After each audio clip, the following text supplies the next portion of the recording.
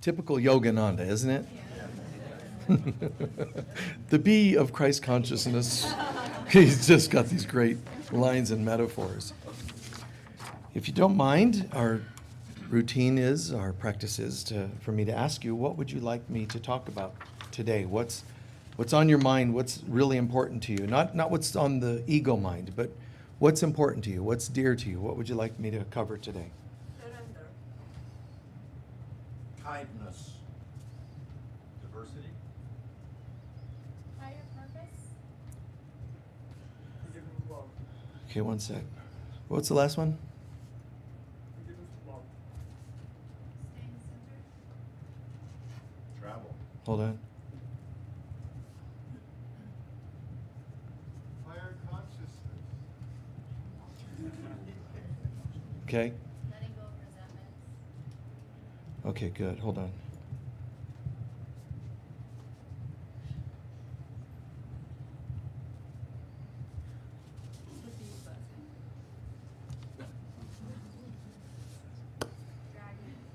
Pardon?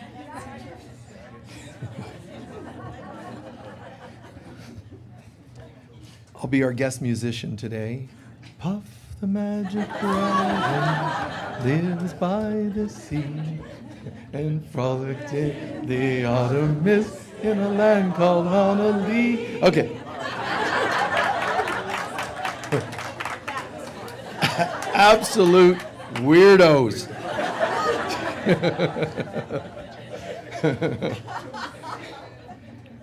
And isn't it funny that we know the lyrics more to that than church hymns? Which is, anyway. Yeah, dragons and everything is so symbolic. Everything is a metaphor. We just don't always realize it, but everything is a mirror and a metaphor. Here's a quick story. I shared this with folks yesterday in a program, but I was out getting I get something to eat once in a while during the week, and it's typically involves a tortilla and cheese with lots of extra cheese. Anyway, I'm out getting something to eat and at a quick food thing, and and I'm sitting there, and this couple comes in with their child. The couple, it's interesting because the man kind of has dreadlocks and kind of casual, just kind of, I don't know, you'd call it almost hippie-ish, modern day hippie-ish, and cool kind of vibe to him. Wife, partner, beautiful, nice outfit, and typical kind of hippie-ish, goddessy kind of outfit. And the son, long blonde hair that's a little bit kind of unkept, just kind of whatever, right? It's just you can tell they're a certain lifestyle. And I'm sitting there, but I can feel something, it's like something in the force. There's a disturbance in the force, Luke. So that happens for me, and I just kind of, and I'm watching, and the guy is ordering, and the wife is there, partner's there listening, and help, and the kid's just standing behind. And there's a TV at the opposite corner in this place, and there's it's showing a movie, and it's about dragons or something. So you brought up dragons. So the child turns around and is absolutely mesmerized by what's on the TV. And I mean, mesmerized. The jaw's open, eyes big, and I'm minding my own business, but I'm watching. And if the parents turn around, I don't want them to think that I'm like, some psycho, So I'm trying to be tactful, but in the corner of my eye, I'm noticing, never blinks, never turns the head away for several, minutes. It's felt like 15 minutes, but it was probably 3 or 4. But staring. Anyway. And then the mom turns and sees me. And so I look up and I smile, and she sees him, and she's watching him. And I go, he's so mesmerized. And she says, and the kid's about 8 or 10. And she says, he's never seen a TV before. Now, the first experience, and it's this dragon burning people, and I'm like, and so the mom confides, and here, this is how we have to be, man. The presence of God everywhere we go, and what would you have me say? And here the mom's like, we're not sure how to explain that to him. This is the first time the child's ever seen a TV, a movie, a screen of anything. She goes, and we're not sure. in their spirit. So I got up, walked by the kid, and I leaned in and said, they're images of your imagination. And the mom went, that's it. And I left. But it's a beautiful thing because I left it there. They're in your mind, in your interpretation. That means a lot of things, because if you're scared of that dragon, it's yours. It's okay, because it's yours anyway. If you love it, it's yours. You see, leaving it to the power in the child to decide what that means. And whatever that, I don't typically walk around going, hello, beloveds, it's all a figment of your imagination. Life is a pigment of your imagination. But the Holy Spirit can talk through us on an as-needed basis, and it's supposed to be the way it is. We're all supposed to be the presence of love and God. And there's so much symbolism, and we just watch these things and not even think of what they mean. What does it mean that someone hurt you today? Why? What's the significance? What does it mean? What can you learn from it? You're watching a program about dragons. What does it mean? So you look into the deeper significance, the images of my mind. What's that about? The dragon, is the dragon an evil one? Or is the dragon something in me that has to be tamed? How do I want to look at this? What symbolism? Lord of the Rings, very popular, and people go, oh, Lord of the, and they're watching it. But what does it mean? Gandalf means grand elf. It means he's beyond just being an elf. Mordor, it comes from the word murder and mortal. Death or hobbit, those are people that live by day-to-day habits. They never want anything to change. They're just people that just want everything to be simple. Don't change anything. But how dramatic it is that look what life did to those hobbits. One or two of the hobbits break the habit of being a hobbit and say, what more can I do? And everything's, what he says later in that movie, your life will never be the same. We can't just go back to sleep. We can't go back to the Shire. It's like saying we can't just go back to sleep. And that's the sad thing, is that sometimes that means a loss of something that we once held dear. But it's not even valuable. What are we holding dear? My old life in the Shire, I know, but you're closer to reality and God having lost the Shire and had awakening experiences where you helped others instead of just tended to your garden, as always. Thinking beyond ourselves. It's not an inconvenience like people think. It's actually part of the spiritual path. There's that which is valuable is God. God is the truly valuable, but we'll just call it valuable up here, these upper three chakras. The lower three chakras are valueless. They have no real meaning. They're valueless. So the bridge in between those two is in my heart. God is valuable. The world is valueless. And mystics have confused people, telling them the world's valueless. But they were right. But it still confused people. Because if the world's valueless, what do I do here? What am I doing? Why am I doing anything? And it becomes a very hard conflict within us. But God is valuable. The world is valueless. Which one of those you experience, heaven or hell, and I know that sounds harsh to call this world hell, but bear with me for a sec. Valuable, valueless, what's in between is value.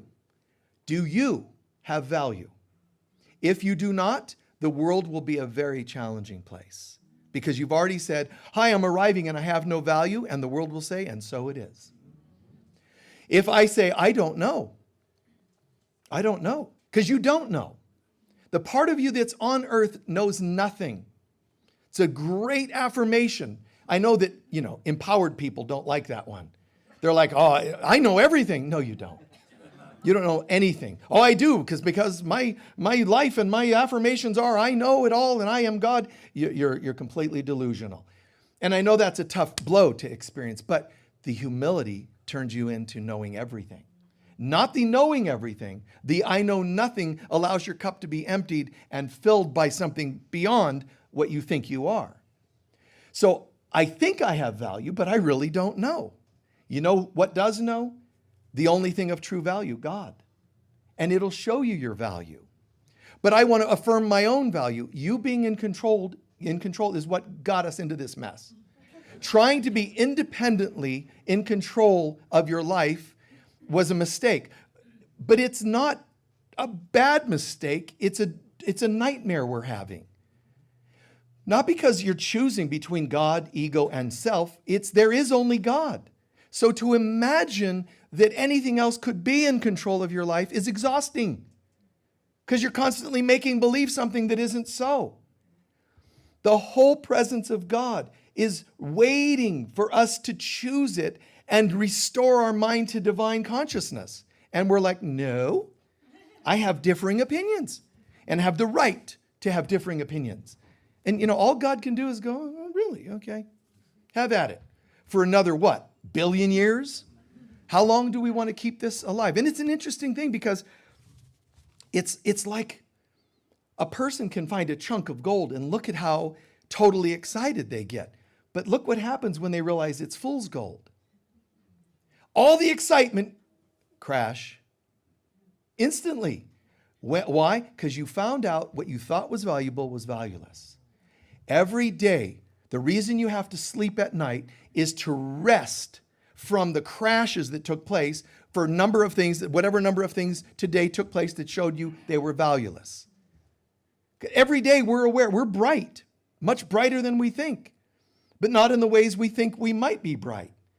There's a part of us that knows this is valueless, and that part of us is like, man, when are you going to let it go? When are you going to just get it? And the other part's fighting, no, it does have value. Look, someone called me and said, you're really the nicest person I've ever met, and that made me feel better. That's the world giving you little crumbs of false value.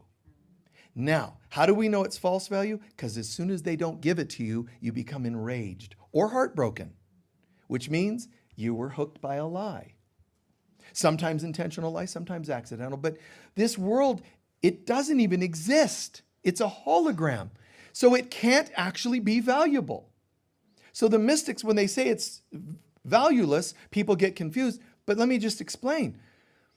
To say that the world's valueless implies that it's even here. Go to a deeper level and go, oh, okay. It's not actually even here. It's valueless. This is what every great teacher has tried to explain again and again and again, in different words, different ways. Whether it's the sweeter, poetic way of, say, the likes of Yogananda, or the more direct way, whether it's John the Baptist and his harbinger loud, intensity, change your ways.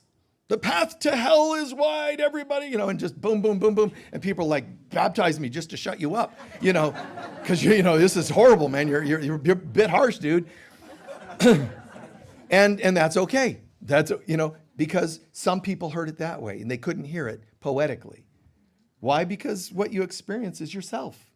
If I need to hear something one way, that's manifested in the world. It takes every kind of people to make the world go around. All these different reflections of ourselves and our styles. So the world gives us glimpses and we attach to them. When Buddha said, he used the word ignorance. His whole foundation of teachings is there's a problem, ignorance. But he's not talking about intellectual ignorance. He's talking about one thing, ignorance meaning you don't know, but meaning something else. You've forgotten who you are. Everything that is a problem in this world is a reflection that you've forgotten who you are. If I know who I am, things start to change. If you know who you are, if you really plug in and go, wait, let's say we do an exercise and I say, imagine you totally know who you are. Do you realize if you had that knowing, say 20 years ago, there are people you dated that you wouldn't have dated? You're like, no, not even close, right. So you own, oops, my bad. When I did not know what I was doing, you know why you don't know? Jesus said, forgive them, they know not what they do. You know what it means? Because they know not who they are. If you know who you are, you'll know what you do. And it can only be loving. It's amazing how simple this can be. This world seems to give me these little tidbits and crumbs of something, and then I get attached to it. And I get it. I know that it's hard, because if you've had a meditation that's deep enough, you're like, I get it. The world is valueless. You know what's valuable? The feeling you have right now. Oneness with God. Yeah, but that's not tangible. It's because your brain is wired backwards now, because we've surrendered our identity to the ego. Everything got wired backwards. So you think what you see is real, and what you don't see is fake. But it's all backwards. So the feeling you can't see is real. And the tangibles the world seems to give you, little crumbs, seems to be what's real. And it's really sad, because when you don't give that to me, I'm going to be either heartbroken and depressed, or enraged and attack those who seem to have taken something. But if it's who you are, how can anyone take it? No offense, because I know these words get used quite often. That person took my power. How did that happen? I'm curious. Well, I had power and they took. You don't have power, you are power. There's a difference. The mistake is you forgot who you are and thought you had a power, like it was a wrench on your tool belt. I lent it out, they never gave it back. Oh, now I'm disempowered. Now 5 more lifetimes you're living disempowered, until the day that you might be able to manifest that person in your life going, I don't know why, but I'm going to give you a wrench. It's weird. I just heard this voice. Go to your neighbor and hand him a wrench. Okay. Whatever it's going to take to complete that, for you to get past that. But they can't take your power. I know it feels like it. I know things hurt. I know people are selfish and hurtful. I get that in this hologram. But the more we know who we are, the more people know that's not a person to mess with. That's not a person I can go and sap energy from. It's when you walk around this planet, and this is going to get tricky for people to hear, but when you walk around a planet of psychic vampires going, oh, have you seen any nice sunsets, lately? Rainbows? I mean, yeah, I'm sorry, it sucks, get it? But why are you showing them your vulnerabilities of your neediness and your addiction tendencies or compulsions? And be careful. When you know who you are, they know. The psychic vampires, they don't know why, but they just walked into Safeway and you're in line and they're like, they start melting and weird and hissing and, whatever. They have to go to the frozen food aisle to cool off because they're melting. Your presence in God is absolute immunity to this world. It's where your immunity is. You don't get it in fake temporary ways, but for a while, that is the way you'll have to get it, because that's the way you think it comes. You'll use temporary solutions. This service is a temporary, we won't have to do this in heaven. But there are hurtful things that come from an unhealthy self, and there are helpful things that come from a healthy self. That's where I'm going. I don't expect perfection yet. All I know is I'm shifting from an unhealthy, immature life, spiritually and psychologically immature, to a more mature, healthy life. You know what maturity looks like? That I have value. And you just breathe that in. And it isn't like I'm just life coaching you. You have value. You can do it. There's teachers out there making zillions of dollars telling people, you can do it. I can, really. You can manifest a helicopter for yourself by tomorrow and your own yacht. And they think that's what the value is. When they take your yacht or your helicopter crashes into your yacht, it's gonna tempt you to think, why does this stuff happen to me? I'm empowered and awake. Isn't it? It's funny and yet sad, but it can be kind of funny to look at this and go, oh, I got hooked into thinking that's what made me have value. You have value because of who you are, a holy child of God made in God's image. By the way, when I talk like this, some people, out of every 100, there'll be one or so that can't do it. They'll change channels, to a love thyself, empowerment speaker, and they'll leave, or somebody, have to get up and leave, and it's okay. Now, that doesn't mean we should all stare at the person that gets up to use the bathroom. I'm saying a non-believer. But it happens that it's too much. First of all, I could be saying this isn't real, it's a hologram. That could just totally flip someone out. When I say that people don't have power over you, that no, they do, and everybody's been bad to me, and I'm sorry, and I know it feels that way. But there's every challenge, financially, emotionally, psychologically, physically, and so on. Every challenge we can have reflects how we're doing in one area of our life, right here. Do I have value or do I not? And you can say, but I was abused at 5. You can't tell me I didn't believe I have. Listen, before you were 5, you were 105. You were 55. You had many lifetimes. Job said, God, I don't understand why stuff happens to me. What did God say? I know Job before he was Job. What do you think that means? Dude, I got some background information on you, dude. I've done some internet search on you, and wow. God is telling Job. And it's not to make us feel bad. If you feel bad at what I'm saying, it's the ego is infiltrating your mind and trying to turn it into a negative. This is where the empowerment, which is your remembrance of who you really are, comes from. Because you realize, oh my God, if I remain in a state of mind where everybody is the problem and everybody does to me, I know that I feel better because it's not me.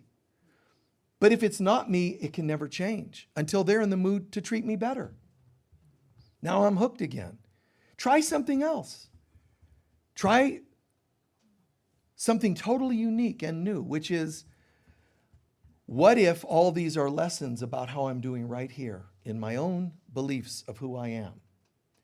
Do I understand it all? No. Do I remember every incident? No. And I don't need to. Just humbly say, and this is a tough one, but this is what forgiveness is all about. The roots of forgiveness. Because we start to realize if I have a financial challenge, it is a symptom of it. It's a test or a lesson, but a symptom of I have to have judged myself or someone else in some way that I'm not or they're not who they are. In other words, everything that goes wrong is a symptom of judgment. It is. But you can say, I'm not a judgmental person. Even the belief that you're in a body is an opinion. It's a judgment. You're not in a body. You're a glorious being of light in God. But we look like we're sitting in bodies. And we look like we still need cars to get from one place to another. What do you mean from what? There's no space. There's no such thing.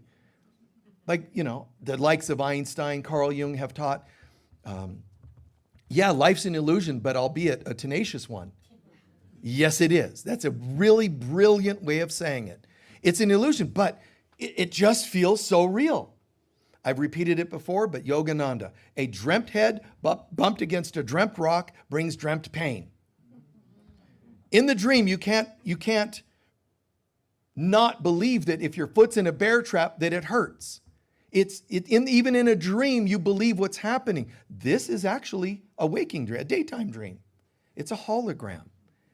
When we realize that, it's just like mind-blowing.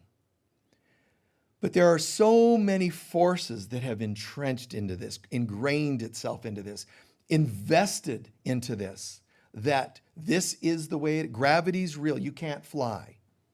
Dragons aren't real. Only this is real and work is real. The fantasy world, there's no such thing. Everything is an illusion. All of it. It's a dream. But are you living the nightmare or the happy dream? And we're meant to find the happy dream. But that's not all the way home yet. We fell into a nightmare, spiritual growth. I'm on the spiritual path. What you're really saying is, I'm dedicating towards a healthier, happy dream. That's really what you're saying in part. I'm on the spiritual path. Make it more personal by saying, I'm actually working on finding the happy dream. Why do I practice forgiveness? Because it's part of the happy dream. Why am I working on prosperity? Because you deserve more in the happy dream. In the nightmare, there's always going to be lack and illness and everything going wrong. Happy dream. But when you slip into the nightmare, the outer world reflects our inner world. So it means, and the way Jesus puts it in A Course in Miracles, if ever you're not even just feeling gloriously joyful and happy, you have judged yourself or someone else as being something they cannot be, which means flawed. Well, how am I going to not do that? You know, if I see somebody walking with a crutch and I say, oh, they have an injured leg, it's obvious they have an injured. No, it's a hologram. Do you know why they have an injured leg? Because on some level they believe that they can have an injured leg, and on some level you believe it's true. And so the two of you co-created that, miscreated that. So that's why you would say in the Hawaiian Ho'oponopono healing, I'm sorry about that. That's what you do. You see the other person walking with the limp, not you. You know what you're really doing is like, whew, sucks to be you. You know, could be worse, could have been me. You're relieved to see other people in pain, but it's your way of saying, I believe we're less than God created us to be. And that person's the manifestation for me today. And the reason it's them and not you is because we love to push it away from ourselves. But it's coming. That person that looks flawed, broke financially, emotionally, it's coming. Pushing it away is only buying you some time. Forgive it while you see it in others. There are people that try so hard year after year. God bless you. Pulling this together, trying, practicing this technique and that technique, and not finding yourself emerging into the happy dream yet, still in the nightmare, because you haven't yet accepted your value. See, watch. If I don't know my value, it's going to be harder for me to work to find a happier life, because I've already affirmed I don't deserve it. Now, in your head, you go, no, but I affirm it every day. I deserve, I know. And you have all the words of the intellect down here affirming, but you haven't yet convinced your heart. And convincing your heart doesn't come from repeating it 800 extra times. Try it. Get your soul to be fixed because I deserve a good light. You're tapping, this isn't a spasm of mine. This is actually a technique. You can Om Mani Padme, you can Boom Shakalaka, you can dance, you can stand on one foot, and all kinds of things. If your heart doesn't get that you have value, it's not going to change. You have to believe in your value. And there's simple ways of doing it. The simplest is, God, ignite a light in me that reminds me of my value. Ignite a light in me that helps me see my value. First of all, why not call on the source of the light that could ignite my vision? Now I start to see my value. But don't forget, part of accepting your value comes from seeing the value in other people. So you can see people who are just broken, and you, as counselors, as parents, as God, this poor person, they're just suffering so often. And they do, and the good part of you feels compassion. That's a good thing to feel. I'm really feeling for them. But I'm going to tell you this. Be careful. Feeling sorry for them will actually affirm that it's true. If I feel sorry for your plight, it means you have a plight. If I feel sorry for all of your problems, it means you have problems. Try this instead. Try praying instead of, God, fix their problems. Try this. God, help me to see their value. Because if you see their value, they can't have problems when they're in value. See their value and then try to treat them like they have value. That's how it all turns around. Ask the divine to show you how to see their value. I know that your human eyes are going, but that's just, oh no, that's bogus. That's just superstitious. The bottom line is people are suffering and I want to fix them, or you want to fix them because if you can fix their problems, it means the problems are there, which prolongs our stay on the insane asylum called Earth. You want to shift to a happy dream, you have to say, oops, my bad. I was seeing all these problems in my life and the lives of other people. That was my false God opinions. You know what? I'm going to try something different. God, how would you have me see them? How would you have me see the situation? See, what you're saying is, as far as I know, as far as I believe, as far as I can think, the world is a problem, the world's economy. And you watch these shows that tell you, stock market's up, and people actually sit there, okay, now I'm in a better mood. What if they would have went, oops, this is yesterday's thing. Today, boom, oh, now I'm in a terrible mood. What a way to live. Everybody's just so bipolar based on a world that determines whether you're having an up or down. Center, man, center, center, center. The I am right here. Despite how I feel, show me how I am. Let the I am of God show me how I am in me. Let the thing that I think I am reflect the real I am of God. That's not an arrogant thing to say, I want to know my divine presence. It's not arrogant. It's arrogant to think you don't have a divine presence. That's like God going, you are my beloved child in whom I am well pleased. You go, I don't think so. I don't agree. Who are you? You didn't create you. God's going, I got the blueprints right here. Look. Divine being. Yeah, but I have some overlay attached. I have whiteout. I come from whiteout hell, and I block out all my goodness, and I rewrite my story, flawed, etc. This world has damaged us all and put us in a trance of misbelieving, doubting our true self, doubting our true identity. That's what it's done. Now, we can say, yeah, it's a conspiracy. It is preying upon our belief that we're valueless. When we say we have value, when we truly know we have value, it has nowhere to go. This thing, the world, it says, well, they've apparently woken up. And all it can do is reflect us. So if we wake up, it has to go, all right, and so it is, and reflect our true self, which brings us a happy dream. You can't make the happy dream. You can't manipulate it, although we try.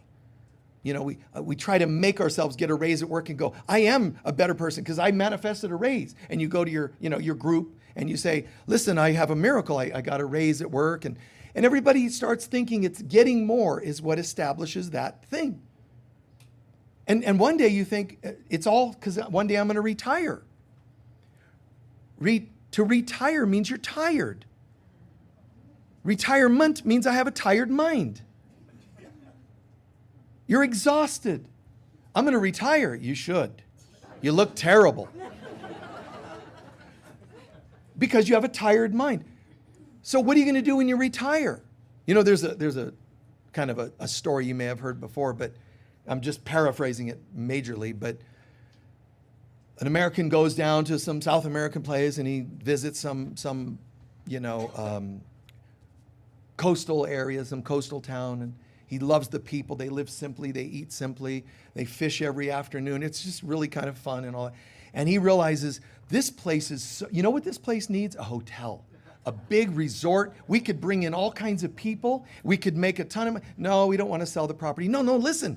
We could put a dock right here. We could have people, excursions. We'll bring in bigger boats and they'll bring people out and they can fish in the afternoon.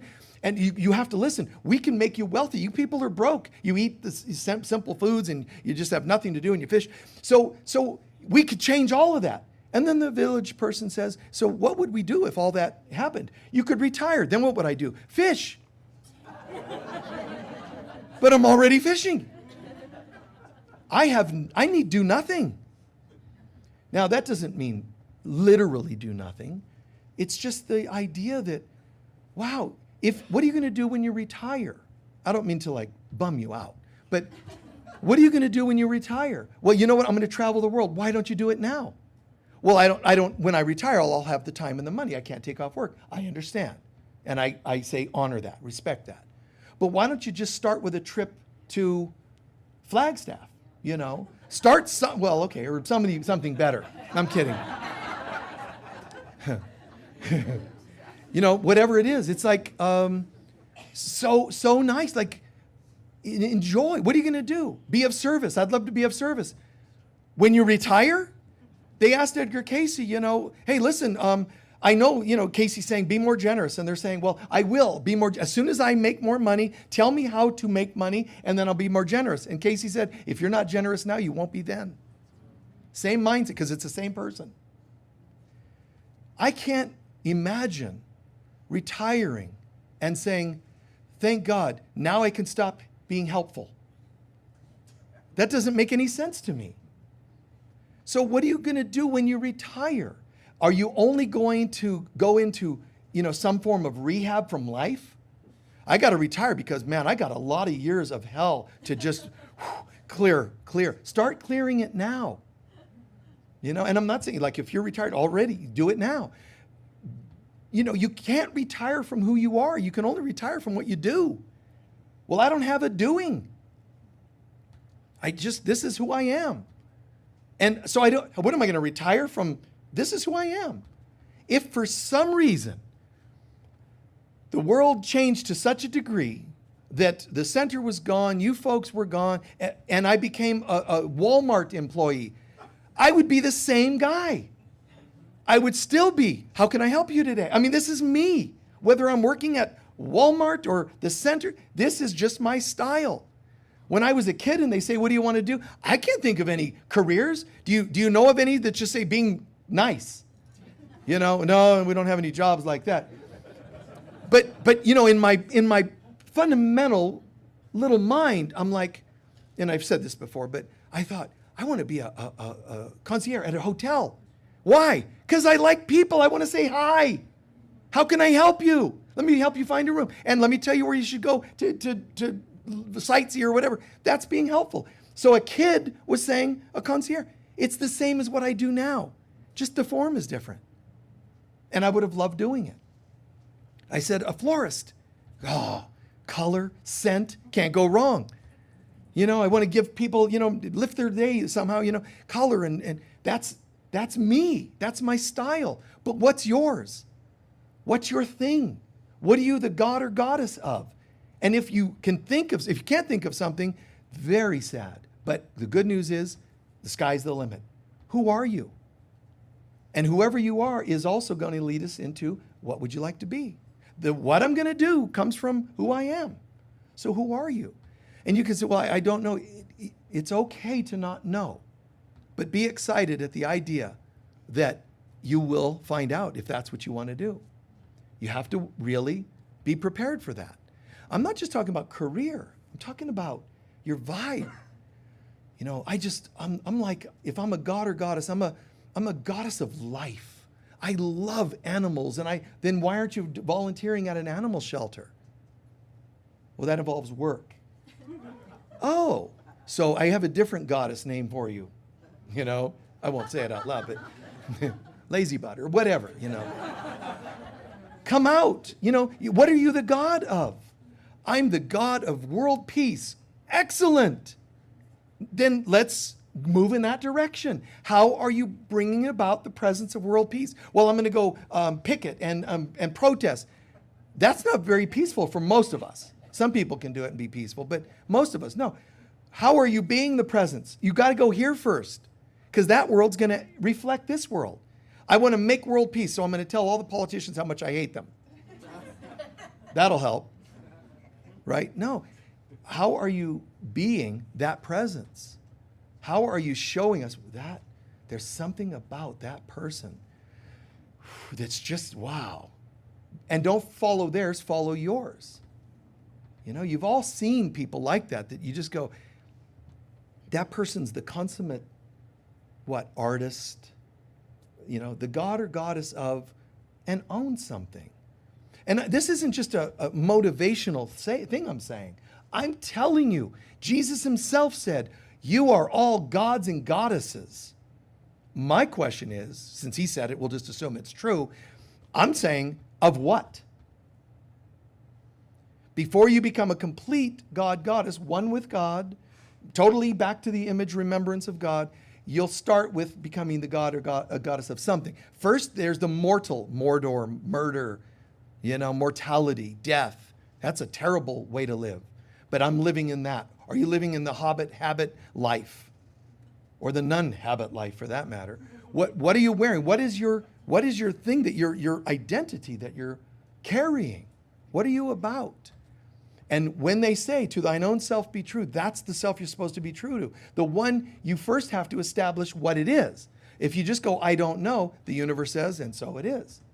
You might not get the job. You might not have a successful record release. You might not write a good book. Nobody cares because you don't care. Show up and a holy, even if you're just using something generic enough, it's also specific to say a holy child of God. Trust me, that's good enough. It can be a holy child of God, but what else? Being of service. You see? I mean, there's an eightfold path of yoga, and then there's 8 expressions of inner yoga, 8 of them. You know, We made yoga into, some strange little fad kind of thing. It's an eightfold path. You got 8 spokes to bring about if you're going to be a true yogi. And that's only 8 on the outside. There's also 8 inner pedals or spokes to the true yoga path. Inner and outer, 8 of each. Okay, you got some work to do. You thought it was just like, 3 asanas and you're like glorious. Eat hummus and do the sun salutation and everybody thinks you're wonderful. In your poses, and that's not it at all. Are you that thing? So, are you a god or goddess of yoga? Are you a god or goddess of service to humanity? Are you a god or goddess of healing, which could be a nurse, a doctor, dental technician? The form can vary, but are you recognizing the expression of your value, and do you know what your value is? It's better to not figure it out, but instead to say, I don't know, but I'm willing to know. And I'm asking God to show it to me. I don't want to know what I think is valuable, because part of you thinks when you passed your driver's test, that's good. Well, what's good and what's bad? How do you know what's good and bad? What is your value? The fact that I got a degree, I have value. Trust me, a house fire will take that paper away quickly. Wait till you go into the dark night of the soul. My children, I'm a successful mom, dad. That's my establishment. I know that I'm a good person, and I can say that I can write a book and say what a wonderful person I am because my children I raised to be really great and healthy. As long as they do things your way. And when they tell you, Mom, you remember you raised us to be that religion, that culture, that belief? No. I had sex with an alien. I'm bi-alien-ish. And I'm having, children that are creatures of other dimension. And it all starts to change. That prize, that trophy you held up, that as long as I'm a mom, just wait. My kids all get grade A's, good grades or straight A's. If that's what you think your value's in, just wait. It's only a matter of time. Everybody that you hold up as a trophy to your value is going to fall. They have to, because it's not real. The best thing is to retire everyone from the roles you give them. Hey, kids, I've been pushing the straight A thing, and that's probably kind of tense. My own kids, I said, you don't have to get straight A's. Why would I tell you to? I never did that. So you don't have to get straight A's. You know what I want? I want you to be happy. If you're miserable getting A's, I don't want that. If you're happy getting C's, I'm good with that. Because a C means you're at least trying something, So I brought them up like relax, like be at ease. And it's the same we can do for ourselves. Pushing, working harder. So that person I was using that as an example earlier, trying so hard to get things right. Where's the world? I'm trying to be a healthier person. I'm spending thousands on counseling sessions, thousands on bodywork sessions. I go to these services. I want to be a better person. And the darkness isn't fading yet. I get it, and I'm sorry. And I know it's hard. And it's backbreaking psychologically, metaphorically. It breaks you. So what that person does is they're either going to crash and give up. Have you known any or been one? You're going to crash or give up, or you're going to try even what? Harder. This world has no value to give you. But you keep trying to get your parents to apologize, your ex-husband to see what he lost. You keep trying to make these, and it will not work. They're not even there. They're holograms. Retire them from the roles you gave them. Retire them from the meaning you gave them. Nothing has any of the meaning it really does. It only has the meaning I gave it. You didn't just have a husband or a wife or parents. You had people that you were hoping were going to lead you home. Mom gave you birth physically, but usually she didn't give you birth psychologically or spiritually. Instead, she gave you a package of woundedness to try to carry through your life. Some are decent, of course, but they cannot give you birth. I don't care how nice your parents were, if they were, your partner, how perfect your marriage is. People cannot birth you psychologically or spiritually. We sit around waiting for them. That's why the waiting rooms in the hospitals, doctors' offices, counseling sessions are filled with people. Because everybody's doing the same thing, making the same mistake, thinking something can give them something and it cannot. If the doctor just tells me I'm okay, then I know I'm okay. Well, trust me, this world's not real. Their approval of you being okay health-wise doesn't mean you're okay. There are people that are blissfully beautiful people who still die of a disease. It isn't the disease-free that makes you perfect. Well, the doctor said I'm, this and that and the other. But are you a nice person? That's all that matters. On your way back from the doctor's office, did you let someone cut into your lane? Sorry. Did you give a donation at the store? Did you pay somebody's grocery in front of you? All those things, the kindness, the day-to-day kindness.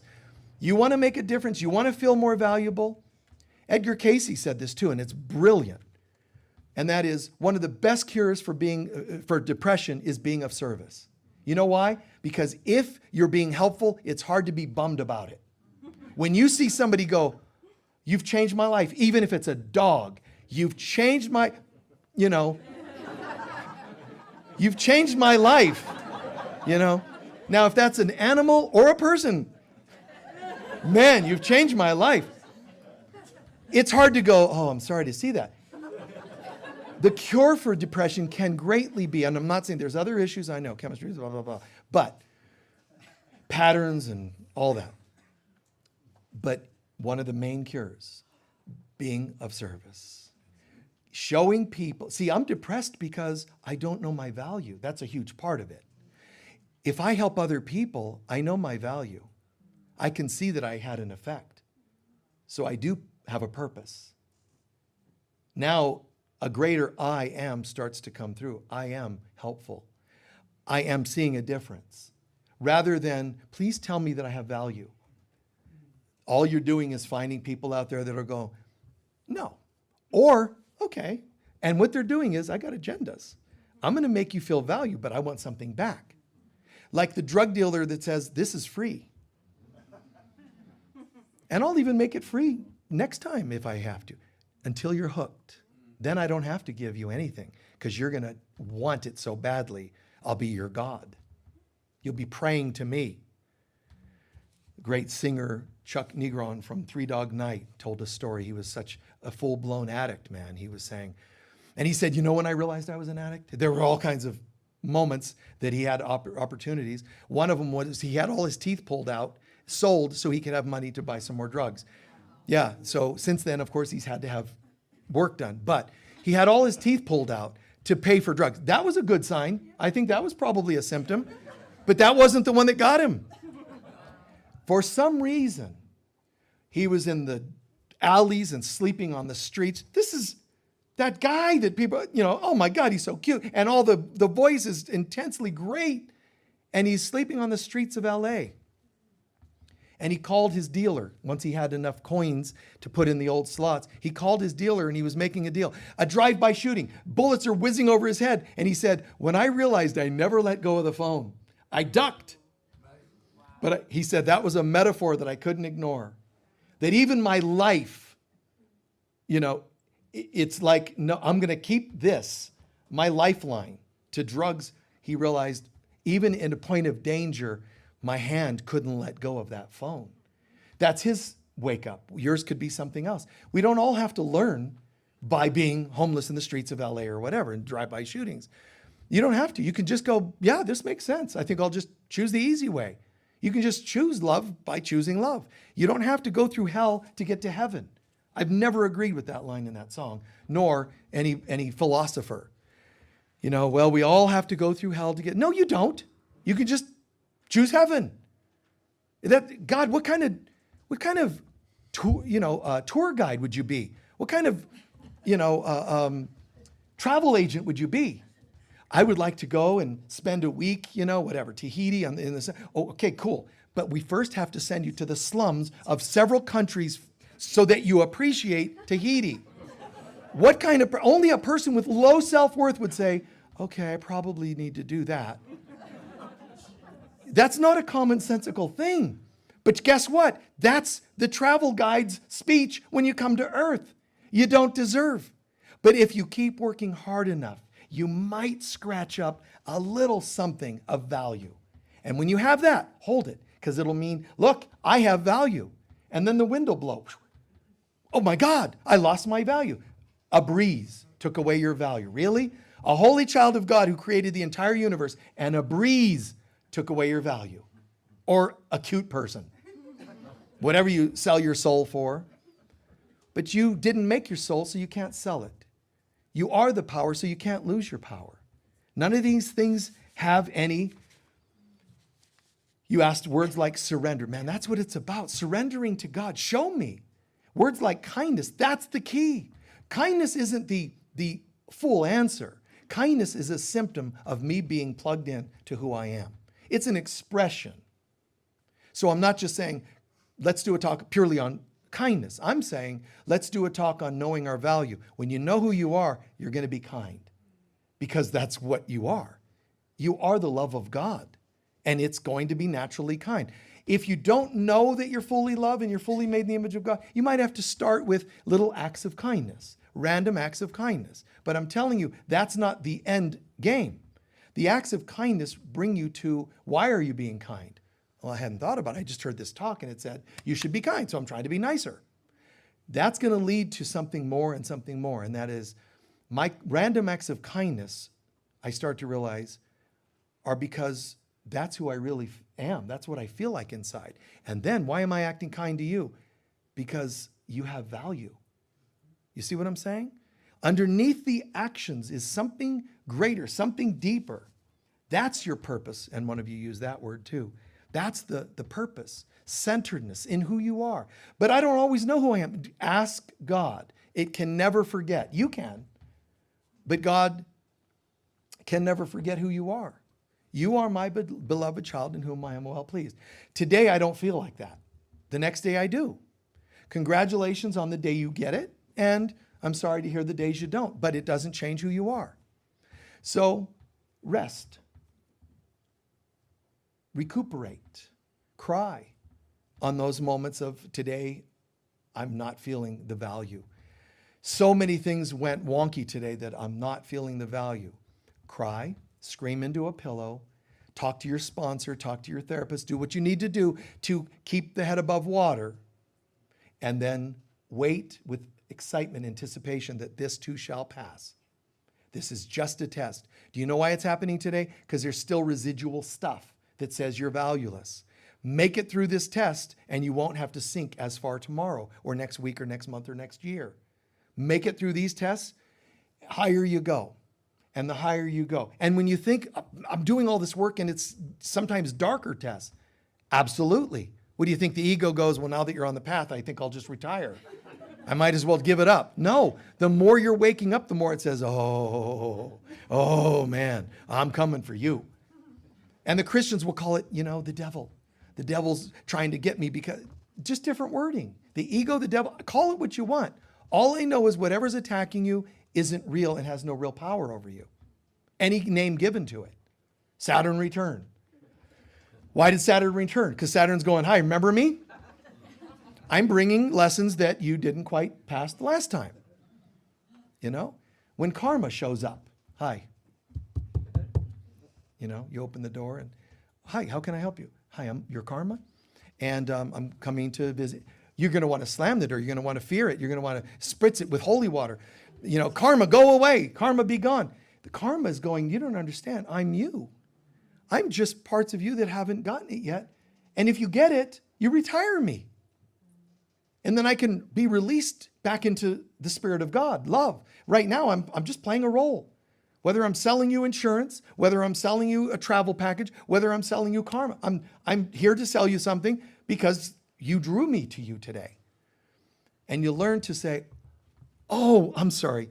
That person has moved out. They passed away. They're not here anymore. Are you sure? Because you look like the person that used to have low value. Oh, I know I do. But I'm not them. They could do a blood test on you to see if you're the person that used to live there with low, and it would be different. Literally, your genetics and blood could change.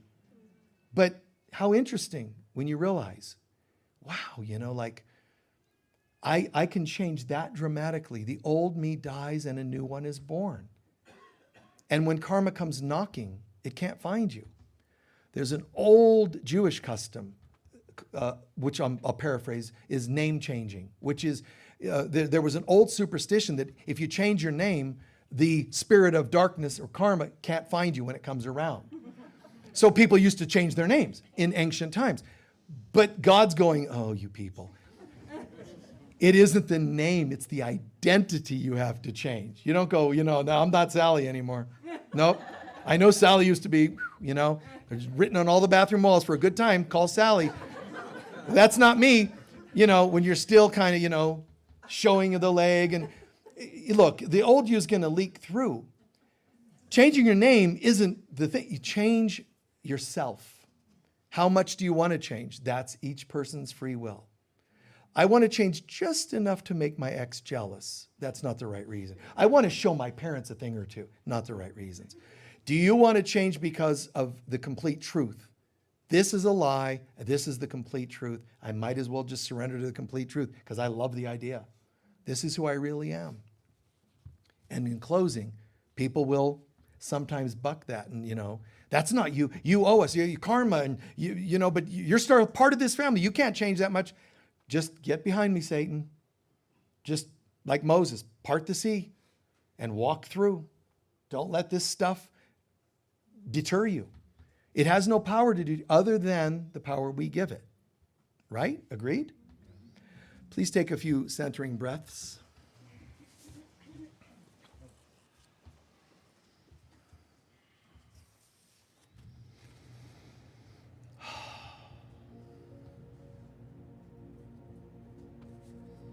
Please listen as deep a level as possible to what we've shared. Please.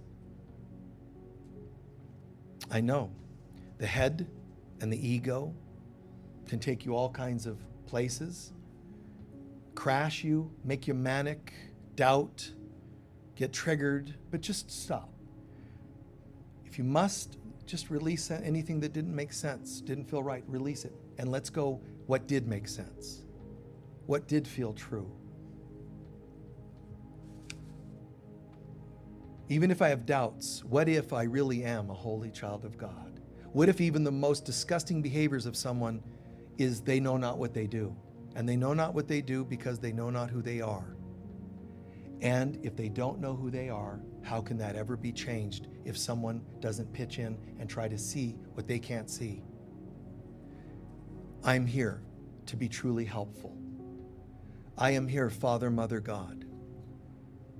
I absolutely might feel a resistance and still might want to hold on to what this person did and that person did. I might still feel grievances. I get it. But I can see through that part of me.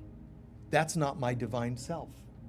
So even if I see that I still resist seeing everyone's holiness, even that I give to you, God.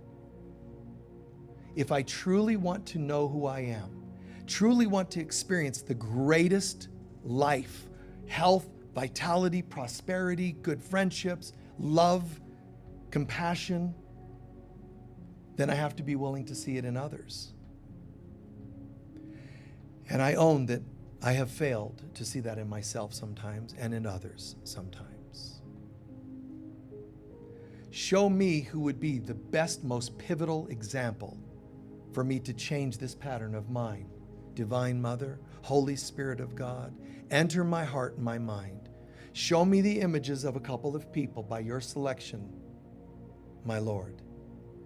Show me a couple of people, even if they're simple, innocuous situations, just someone who's sick. Show me who you'd like me to use as a pivotal person today. Someone I see flawed in any way. Imagine that person.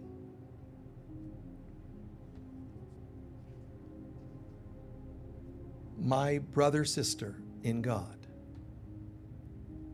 To your personality, to the lost, confused you, I don't have much to say. I don't agree with that way. But what I can say to your soul is, I'm sorry that was our experience. Whether I hurt you, you hurt me, or both, it doesn't matter. I'm sorry that we went that direction. And I'm grateful that you're forgiving me already for my part, and I forgive you for yours. Not because I'm condoning it. I'm actually saying, you knew not what you were doing, and nor did I.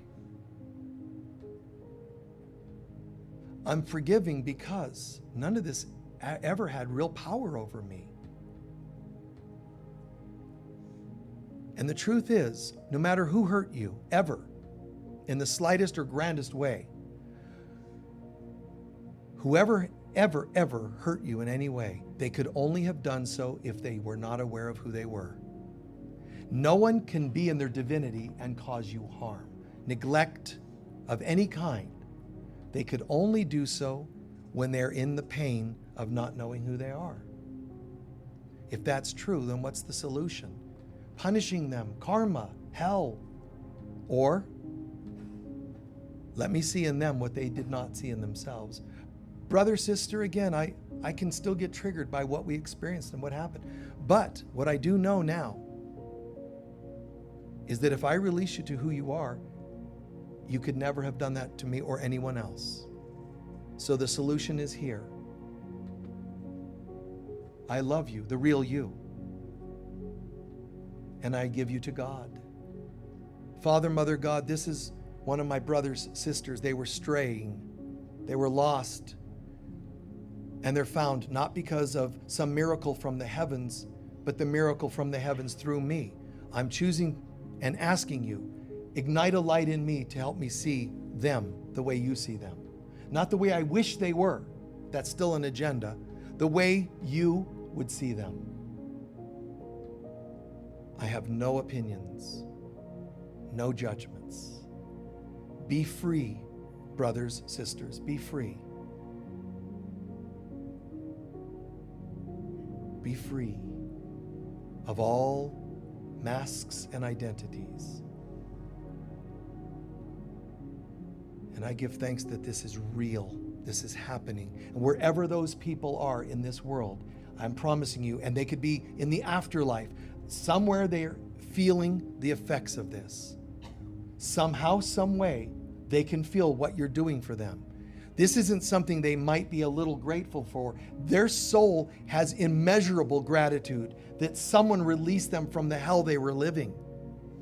Someone's releasing them from all that toxicity, the patterning, the programming, genetics, even the harms they've experienced to make them the way they are not real. And us affirming the goodness in them, the love in them, the God in them, they too are free from their ancestry and so on. I am not a body, I am free, for I remain as God created me. You are not a body. You're not a personality, you're telling that person. You are free, and you remain always as God created you to be. No sign, no culture, no gender limits, no limits of any kind, completely free.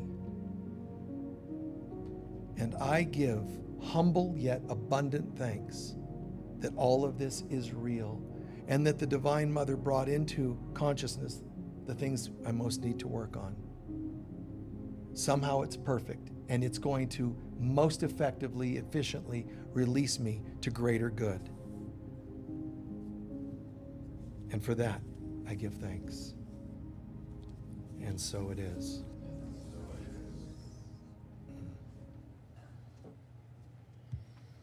Let's soak that in for an extra moment.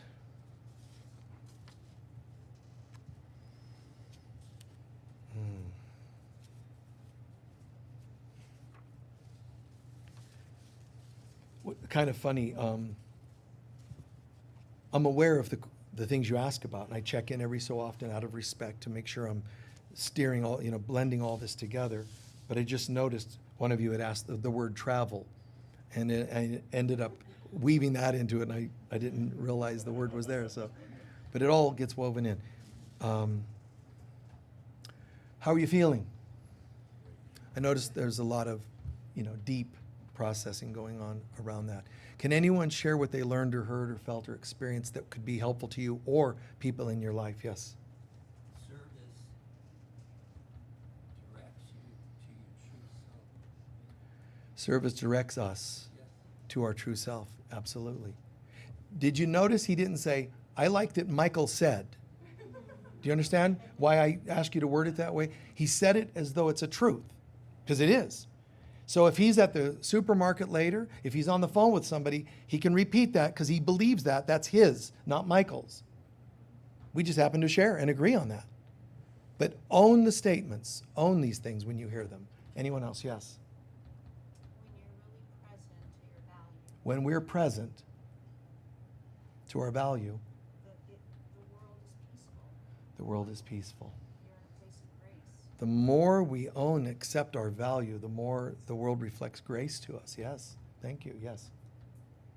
Bouncing off of that, my whole thought through the meditation is when I see my value, I have the power to create my happiness. But also, when I see someone else's value, I have the power, they have the power to Yeah. create their happiness. Right. So two parts to that. Seeing my value gives me the power and the right and the consciousness to create a happy dream. But also my willingness to see the light in others, to see the value. And we could call it light and all kinds of cosmic things. I want to use that word value because that's a very deep psychological, practical word. When you see the value in other people, well, I'm working on it. No, listen. You can't figure that. You can't see their value. The you that thinks you're sitting here, a man, a woman who's aging every day, heading back to Mordor, the place of more murder or death, mortal.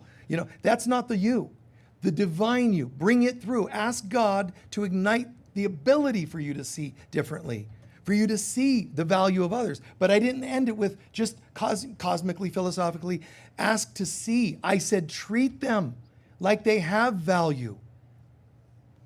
Bring to people that sense of value in ways that you can afford, physically, financially, energetically, and so on. Not rescuer, because the rescuer is subtly saying, I don't think any of us can afford it, so I'm going to go overboard to make things right here, and then you lose out. But how beautiful to say you have value. And I don't know what form it takes because everybody and every instance is different. I could have 10 clients in a day. My ability to give them value is different for every one. Do you know that one person, I might give an extra 5 minutes of my time to show them they have value? Do you know the next person, I might have to end exactly on time because that's the way I can show them they have value, which sounds weird. If I don't give, it doesn't show value. Yes, it does.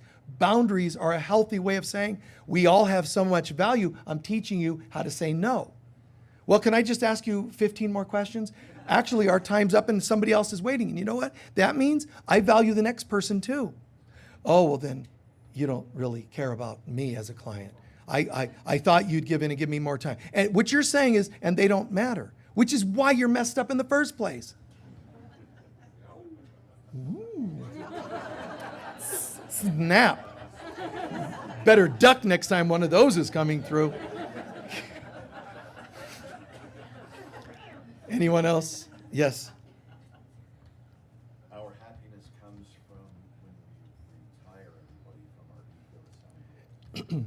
Yeah, well, retirement means many things. The tired mind. That feels kind of terrible. I was looking for retirement. Yeah, I have a tired mind, but that's not real retirement. Retiring from what you do means you shouldn't have been doing it if you're that tired. Think about it. Man, I'm exhausted. I can't wait till I retire. I'm sorry. Oh no, retirement's great. It doesn't sound great. You can't retire from who you are. So keep being who you are. Keep expressing who you are. And there's no retirement from that. You'll keep doing it even if external jobs change. You're still going to be living that dream, that consciousness. In the back, there's a couple that hands were up. Do you still have comments? Anybody? Yes? I feel most fortunate that every day of my life I live my happy dream, and I certainly have no plans on ever retiring. Good. Giving thanks that you get to live the happy dream. And keep giving thanks for every ounce of change. So remember, ask God to give you that vision. Do your homework and live it every day, giving yourself value and other people value. But third, remember to give thanks for every sign of shift towards a happier dream. Otherwise, there's something in you that you don't just accidentally forget to give thanks. There's a part of you that's afraid it'll be taken away. So you just kind of don't give thanks because you don't want to get too invested in that goodness. Say thank you. What happens is it is permanent. You've locked something in permanently when you say thanks. No permanence in this world. The inside. That's why Jesus said, the good you do is treasure in heaven. Don't expect it all to be paid off here. So give thanks and you're locked and loaded spiritually. You'll never lose that inside, but you can lose your focus on it by external things still getting to you. One more, yes? This world of objects and illusion, that's not where the value is. It's not like you have a value and then it disappears. Right. Yeah, it's who you are. It can't disappear. You know, that's so beautiful. And there's moments when we can all have the doubts and the fears and the, what ifs, and that happens to anyone, everyone. But those are the mythologies, the stories, the fairy tales, the folk tales of heroes. You can never become a god goddess if you don't first become a hero. You got to go from being a victim of this world to stepping up and being the proverbial hero of a story. Then the hero can become a demigod. The demigod becomes a god goddess. You see? And I'm not saying you literally have to measure that and how many days of graduating to the next one. Don't try to control it. Just be nice. Be present. Be helpful. Show people their value. And all kinds of things can do it. Giving them extra 5 minutes, yes. Paying their bill forward, yes. But you don't want to enable either. So you ask for guidance. What can I do today? And you know what? Sometimes an act of affection is a very beautiful thing to show somebody they have value. So often in my life, somebody hurting so bad, never having affection, never feeling loved, physical abuses of extreme proportions, some people, just taking them and holding them, cradling people. It's just like so loving. And of course, some twisted minds look at that and go, oh, that's a little personal. No, just allow it. Just when you can, if it feels right, just ask somebody, would you mind if you just held me for a minute? If that's no agendas, but truly that's something you're asking for. There are lots of people, even if one says no, somebody will say yes. Somebody will say, I think you have a value that I can be present with. Let me show you have value. Let me hold you. You see, with no agendas. See, if I have agendas, I'm saying, well, this is cash and carry here going on. I have agendas. There's no value to you. This is an exchange of something when I have agendas.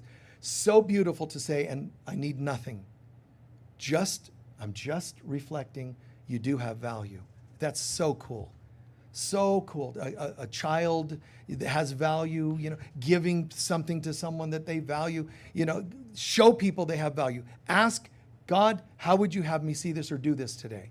So amazing, so miraculous for people to go, wow. And their response, who knows? I've had people so often cry just being held. Deeper tears than when we were doing conversation therapy. Because they've never had that before. And it's so meaningful to them. You know what meaningful means? They have value. So, so beautiful. We're going to do our closing prayer. Before we do, we're going to do our collection. Please, in advance, I give thanks to our ushers who help out with that. And please be as generous as you can be. Online, there's a link you can push a button and give a donation. Be as generous as you can be. Whether it's an ongoing Sunday donation or a larger tithe or donation of some kind. And remember, always give, not just to us, be giving, share. Share. If I retired tomorrow, I don't retire from who I am. If I get $1 million, I'm sharing it wherever I can. You see? Bring what you believe you are to the world and you experience happy dream. So let's do our prayer. It should be on your bulletins. It's also on the paper in front of you, but it's the prosperity blessing. Together, please. Divine love flowing through me blesses and multiplies all that I am, all that I have, all that I give, and all that I receive. And so it is. Thank you. So God bless you. How was it today? Good? Yeah. Nice. Yes, yes, living the happy dream. Please stand. We want a better world. It's got to start with us towards ourselves and bringing it to others. Don't wish for it. Don't protest for it. Be the change you want to see in the world. I mean, how could it be simpler? It's just a drag for people that don't really want to experience the change. They want to complain about it, not change. Takes a lot. Courage. Being on the spiritual path takes courage if you're really on the path. The light of God surrounds us. We are the light of God. The love of God enfolds us. We are the love of God. The power of God protects us. We are the power of God. And the presence of God watches over us. We are the presence of God. Wherever we go, God is, I am, we are, and so it is. Peace be with you all. Thank you.